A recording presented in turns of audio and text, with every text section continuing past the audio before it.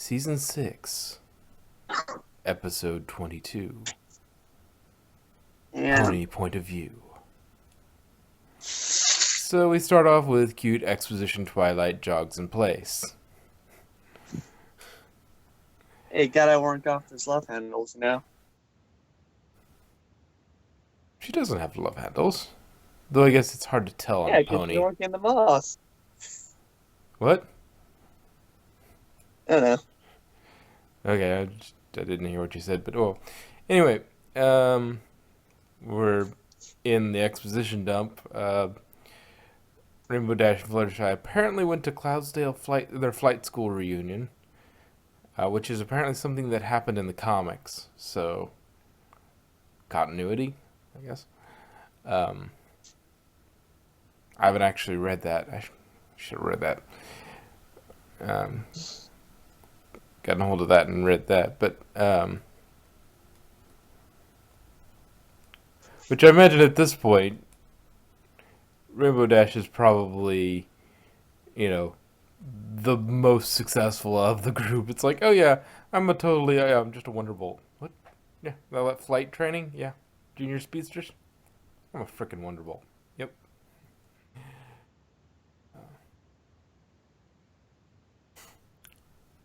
All right, so Twilight is very excited, and thinks that she may need to.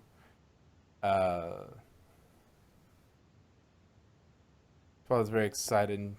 I may need you to take notes on what my friends are saying because they're going to be so excited from the trip. This is setting up expectations to knock them down.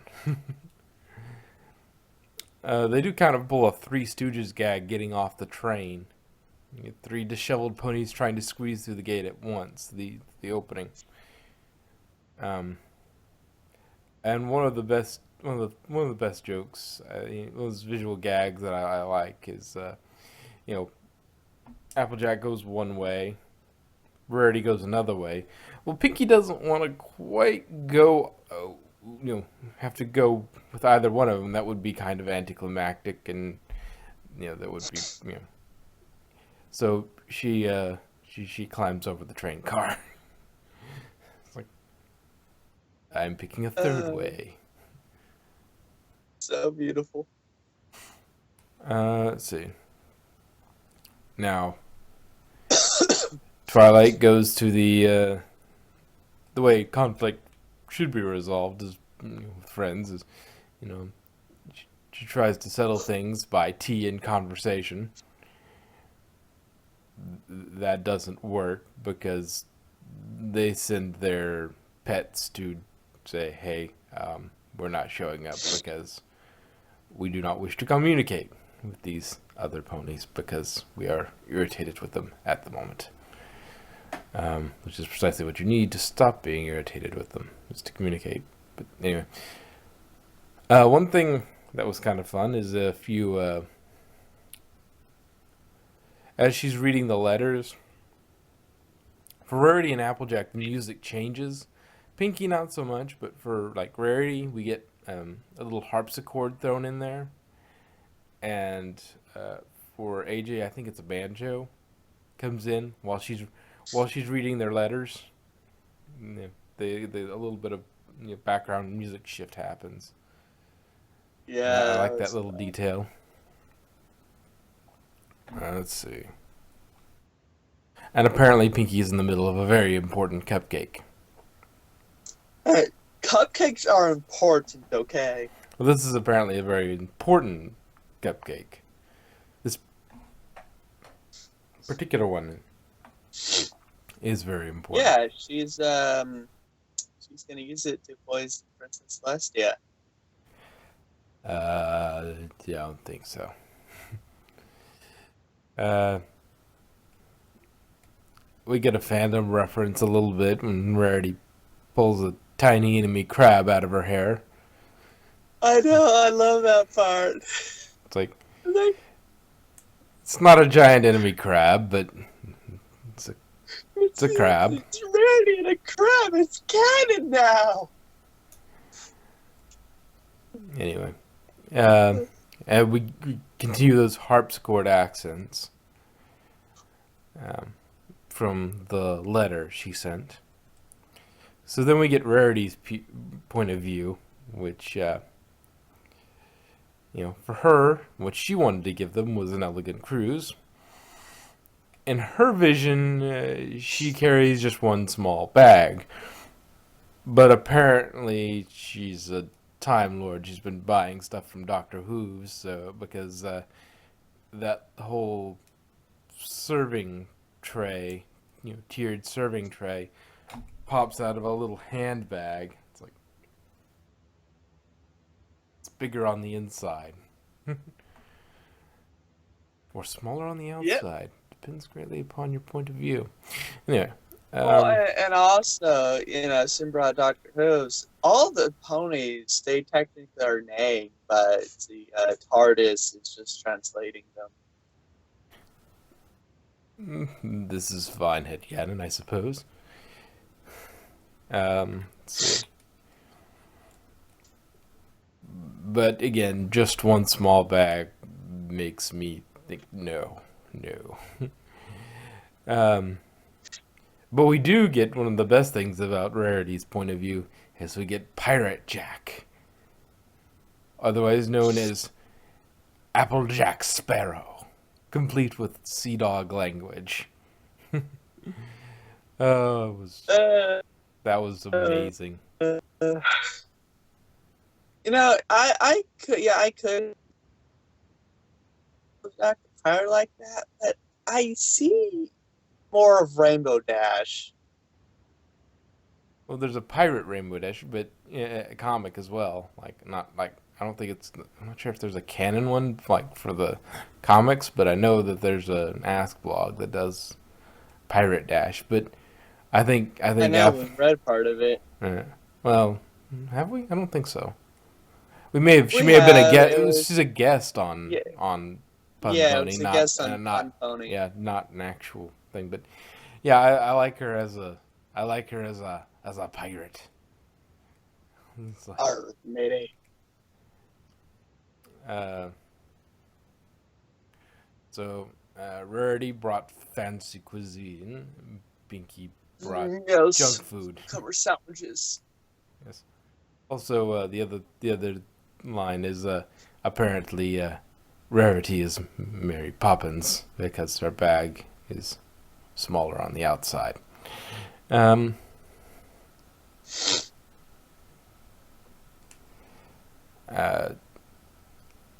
her point of view, she sees it as AJ pushed just shoved her fancy cuisine off the ship. We find out a little bit later what might have really happened. It's hard to say exactly what happened with any certainty, but best guess based on kind of how the stories intertwine and who could see what and whatnot. That doesn't. It's technically true, but it's not. There's no malice in the way. We'll get to that in a minute when we get to Applejack's POV. Let's see.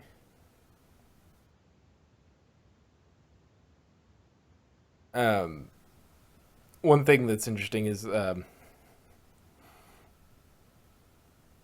she tells it like she was about to be doing the piñata, but AJ has the blindfold over one eye.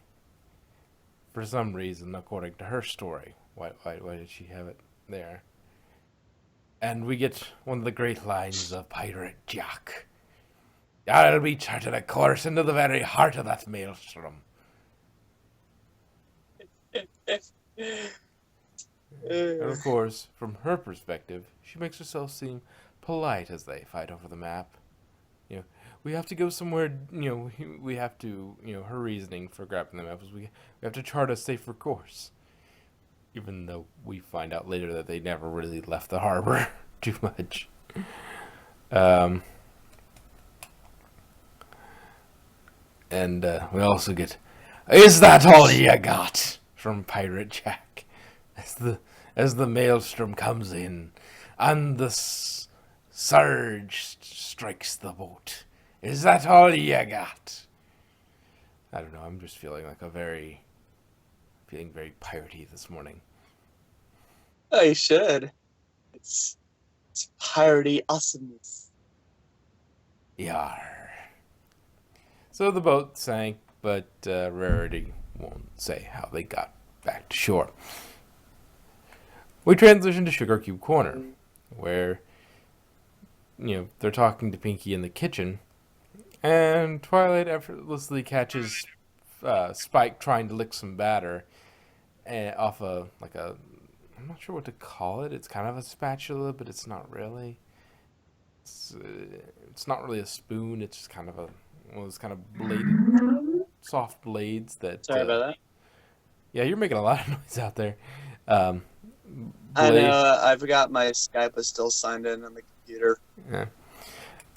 But yeah, the kind of it's kind of what you'd apply frosting with. But anyway, that's digressing a bit. Anyway, he's trying to lick some batter, but like without missing a beat, she just kind of grabs it with her magic, takes it away from him, hands him the scroll and the pen. Spike, I'm too tired to deal with your shit right now. Yeah, well, it feels like one of those mothers that is really, has been a good grief. It makes. Sorry, I was just signing out. Yeah, it makes her seem like one of those mothers that just like the kid's trying to get into stuff and as she's talking to someone and just like with one hand is just saying nope, nope, nope, nope, just dealing with them with one hand while they're talking with somebody else. It's like okay. Of course, she puts the blame on Rarity for sinking the boat, which is probably why Rarity gets a bad rap in this particular POV. If you look at each of the points of view, whoever they feel is the responsible for it, some of their things get a little embellished, to say the least. And apparently Pinky can gather things with her mane, and then the way she gathers stuff for baking is she just chucks it in her mane, it walks over, and then just shakes her head slightly, and they all fall perfectly into place. Yeah, I think Pinky's mane has magical powers. Yeah, well, no, she just uses a lot of control spray. Huh? Huh? No? No? But anyway, she wanted a silly boat party to get everyone out of their element. According to her, Rarity had a gaggle of porter ponies, which to an extent seems more realistic than a single bag. I think probably AJ's version of how much Rarity was hauling seems more likely. It's a lot. It's a trunk, but it's not like 15 bags.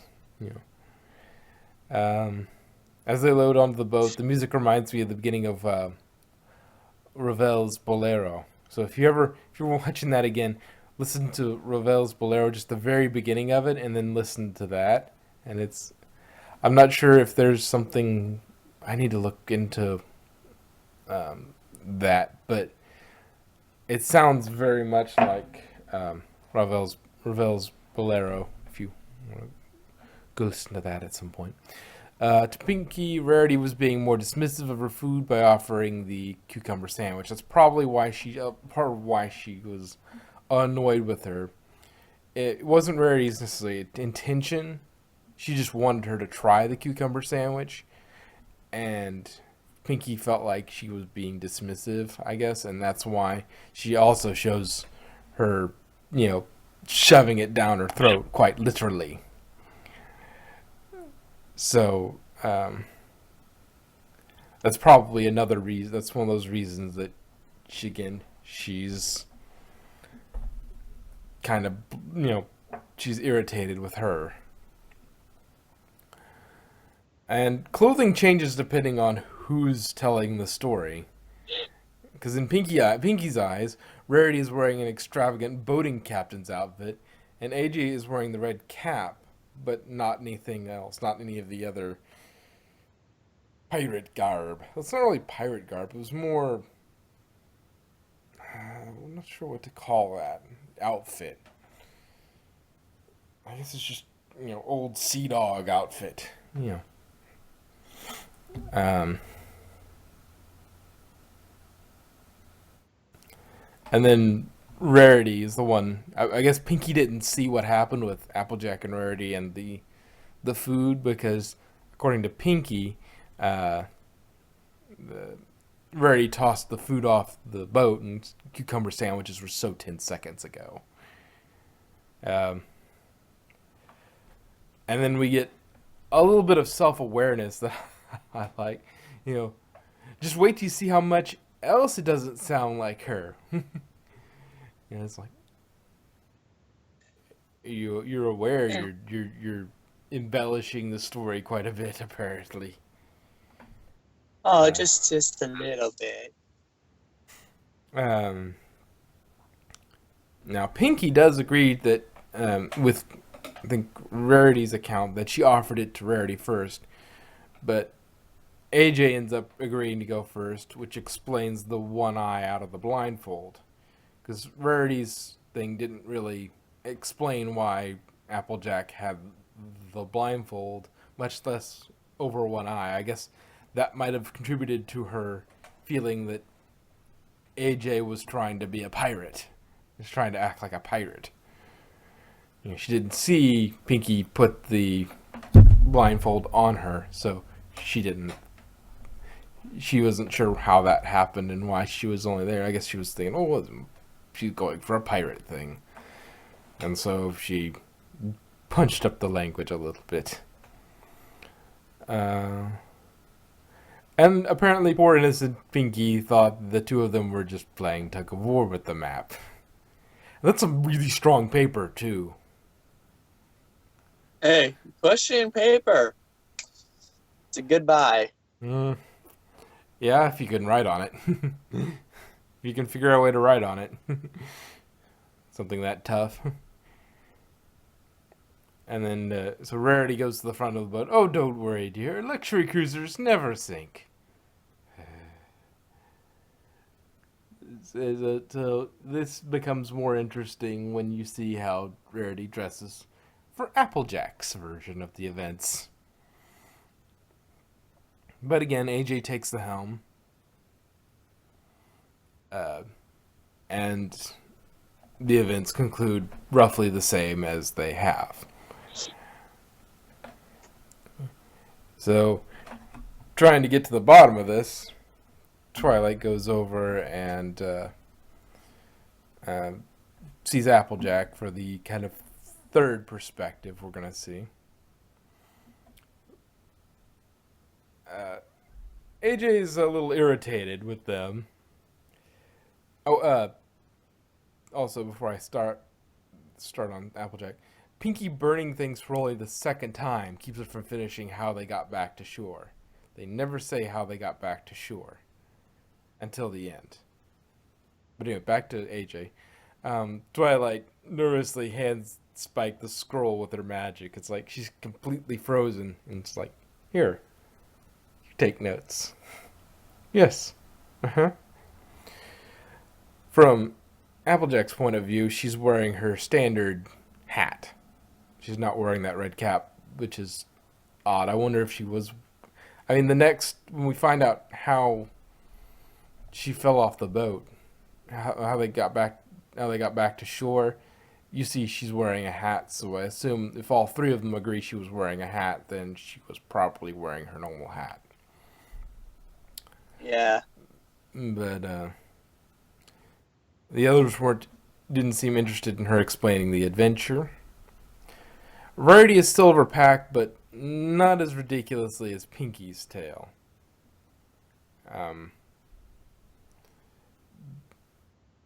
I'm curious of. Well, Go ahead. I would say, well, Pinky's tail is gonna be like that because well, she's Pinky. Sorry, I didn't quite catch the end of that. It was really muffled and soft. Uh, Pinky's tail would be like that because she's Pinky. Yeah, she might go into a little more extremes. Um,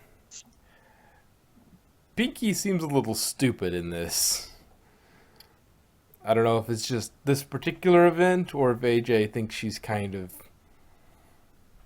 stupid overall. Yeah. I brought more fun than you can shake a stick at, 'cause I brought a stick. It's like, no. Um, and coming back to that line about luxury liners never sink, apparently Rarity wears the dress from Titanic when uh, she's boarding. I'm not sure if I've ever watched that movie all the way through. I've seen bits and pieces, but I'm not sure I've ever done it. And every third word is darling, darling, darling, darling, or something, some sort of fancy affectation. Um, Now here's where I tend to believe this part of AJ's tale explains how the stuff gets knocked off because it half blames herself for doing it, but it was more of an accident, and it makes more sense that nobody's being malicious here. It's just an accident because she says that basically they knocked the sampler stack off the boat uh, when she runs into Rarity after tripping over the volleyball Pinky brought. Probably why Pinky seems a little stupid in this iteration. She's because she's annoyed with her for making her trip on the ball and knock the food out off onto the into the ocean. In this one, Rarity simply refuses to do the pinata, and Pinky just goes up and does it to Applejack instead of asking if she wants to do it. She just puts the blindfold to her on her, and you know she goes after the pinata, but again interrupted by the storm and the swell. She lifts one eye out, which explains why she was only had it on one eye in Rarity's story. That's consistent. And then she goes up and grabs hold of the wheel, and it ends roughly the way everything else ends, with the map and arguing over the map, and then Applejack grabs the wheel again, and it goes over. So Twilight sits there. She processes all this on her chalkboard, and she's like, "Okay, I think I figured it out." Though I would like to have seen what she thinks actually happened. Like, I Can you mean, hear me yet? what? Can you actually hear me now? Yes. Yes. It kept kicking me out again. Fucking Skype. Gotta love Skype. It wouldn't let me join. Okay. Well, all right. So at this point in the episode, Twilight tries. Okay, I'm gonna get everybody together. So she gets them all to the docks with a friendship emergency. And it turns out they weren't actually that far out. It seems like a few feet. And AJ did have her hat, and they all had life vests on. So nobody was actually dressed up, not even Rarity. Everybody had their life vests, and AJ had a normal hat. It's her friendship emergency hat. Well, it was showing. It was a flashback to show what happened after the boat sank. There was a short flashback that showed how they got to shore. Well, they got to shore was they weren't very far from shore to begin with. And it turns out Bubbles plus a swell was just the calling card of the cucumber sandwich loving Trihorn Bunyip, which is apparently it's an Australian Aboriginal myth. I didn't look too much deeper into that, but it's a thing. It exists. They play pinata with the bunyip. AJ fishes out the treasure, including goblets, which Rarity immediately fills with ice cream, whipped topping, and a cherry without washing them. This thing's been underwater inside a treasure chest for who knows how I'm glad long. I'm not the only one that thought that. It's like, Mm-hmm. that's gonna be a little salty. That's okay. So were the girls at the beginning. Yar. And so I kind of came up with to kind of wrap this up, I kind of came up with my idea of what the story probably was. So Rarity probably did have a large trunk with her, which one of the porters did help her with. Where he did offer Pinky a sandwich, but didn't shove it down her throat. AJ probably did trip over a volleyball and knock the serving bit into the sea. Pinky probably did offer the pinata to Rarity, but she probably declined. AJ didn't decline; she accepted, and that's why she had to lift one outside of the blindfold and grab the helm. They fought over the map, and then when AJ turned into the swell, which I think that's what you're supposed to do with a boat, and if you see a big wave, you're supposed to turn the bow into it instead of trying to take it broadside or take it from. Or that way you limit the surface area it can hit. You take less stuff. You take less hit. Also, one thing I remembered also just now is the boat had an apple on its sail. Was it a friend of the family? Does Applejack have some sailing cousins? Yeah. I never really explained that. But that's about all I had to say about Pony Point of View. It was a different take. We haven't, every series of this kind of genre, this kind of age group, does one of these where you see the same story from several different points of view, and you kind of cobble together what you think really happened from what's likely to be true, what's common to a bunch of them, what makes more sense, that sort of thing. It was an alright episode. It wasn't spectacular. It wasn't bad. It was just it was okay. Again, I would have liked to see Twilight actually kind of give us a final rundown of the real events, like an actual kind of flashback from her point of view where she's like, okay, this is what I think happened. And so, but it was fine the way they did it. Again, not great, not bad, just okay. It was a mess. Don't tell me a meh. Meh, meh, meh, meh, meh. Your Meh. face. I will tell you you're meh if I want to. And there's nothing you can do to stop me. Well, I guess you could hang up, but that wouldn't be very nice. Doc, that is Okay, so we could just- wrong. We could just call back and then talk about him behind his back if he's going to be a pouty baby. This is true, but I think That we is should... so wrong, Doc. Or throw spitballs at his face. Oh, good grief. Yes, that's our blog, Tumblr blog, that's coming down the line. Are there anything Yeah, I'm else, their anybody? master.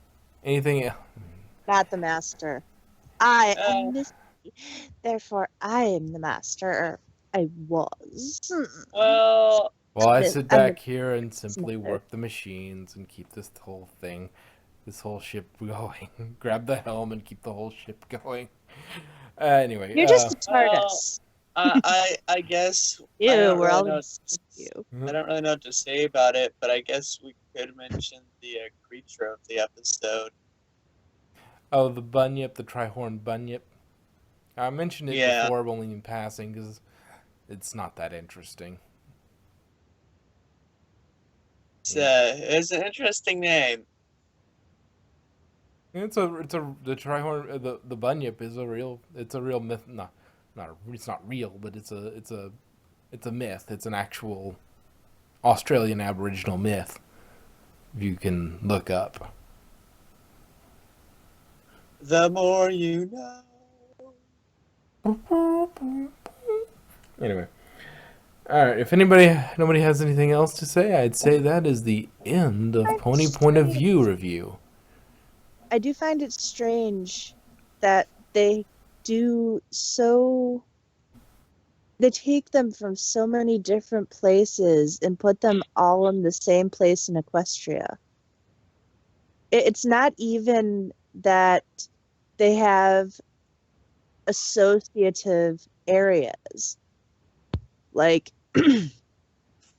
they've had Wendigos, they've had all of these other mythological creatures from all over the world, all located in central Equestria.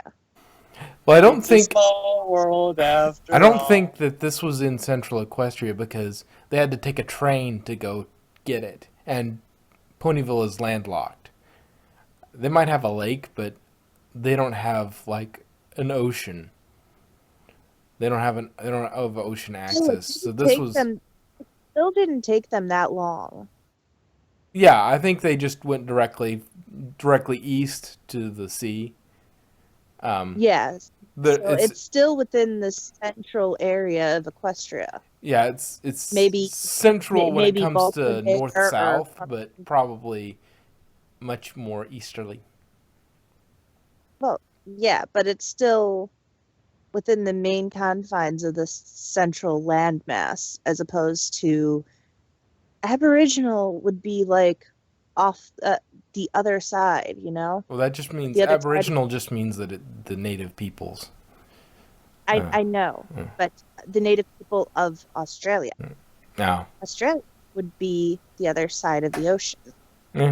Well, they either took the Celestial Sea or the Luna Ocean. at any Yeah. rate, But either way, they were still too close to their main land. Yeah, considering they never really left the dock. Yes, I I'm, was there the whole time. I'm looking at the I'm looking at the official MLP map of Equestria, and I would say they are at the Celestial Sea because it's the one closest to a train station. Mm-hmm. all right. Well, if there's nothing else, I think we can move along to the movie review if we're all prepared for that.